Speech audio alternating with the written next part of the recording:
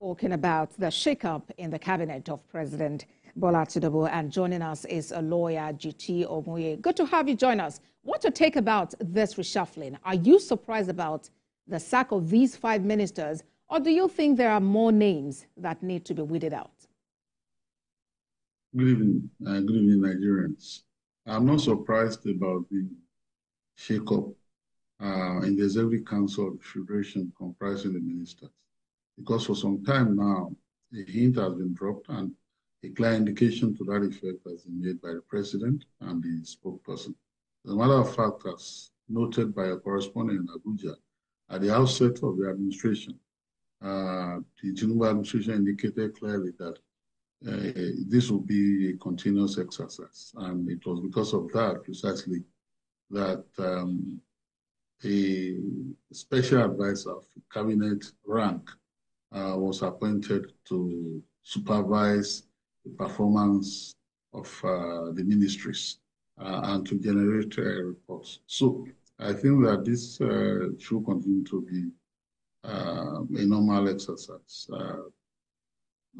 Moving forward, I think that if in the immediate future or in the distant future, the minister or some of the ministers are still not found to have proven their mettle, the president should not hesitate to remove them and find replacement for them. All right. Well, let's talk about the Oronsai report. It's on record. The president has adopted it, but it appears the implementation has not seen the light of day. Have we seen a part of it, or is it something you think the president should implement in the days ahead? Well, this current administration didn't produce the Oronsai report, but it signed up to it when it adopted the Oronsai report. But adopting a report is one thing, implementing it is another. What we've seen, even before this administration came on board, is that it is very difficult for Nigerian political leadership to carry out fundamental reforms that will lead to a more efficient, a more nimble, a leaner government and cut down waste and excesses and reduce the cost of government. It remains an ideal. I hope that it will not remain an elusive ideal for too long, because the fierce urgency of now tends that subject. Government says times are hard, everybody says it.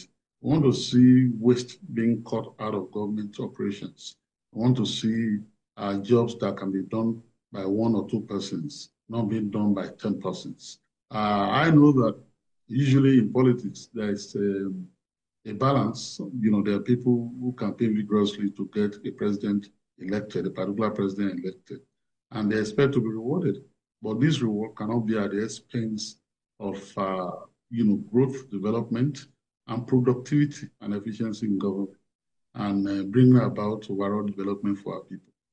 When people get into government just because they want to be settled, it creates a situation of last resort. The serious thing that should attend public service they claim they are rendering is usually not there. It's usually lacking. And so we expect that this government will continue to revisit that matter and ensure that the reforms are done in such a way as to, cut out duplication and replication of agencies and, ministries and even appointments. All right, then. And finally, what are your expectations from the new appointees and the nominees? How well can this rejigging improve the economy and other sectors in the country? Straight answer.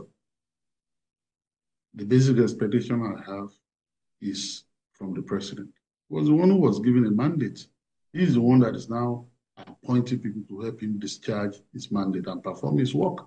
And so, I'm sorry, I don't have much expectation from these nominees or appointees.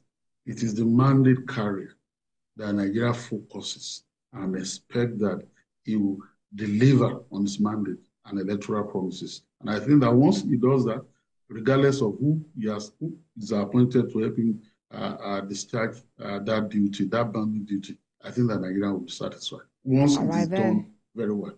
Yeah. It's a good way to end the conversation. Lawyer GT Ogunye, thank you very much for your time on the news at Always 10. my pleasure. Always my pleasure.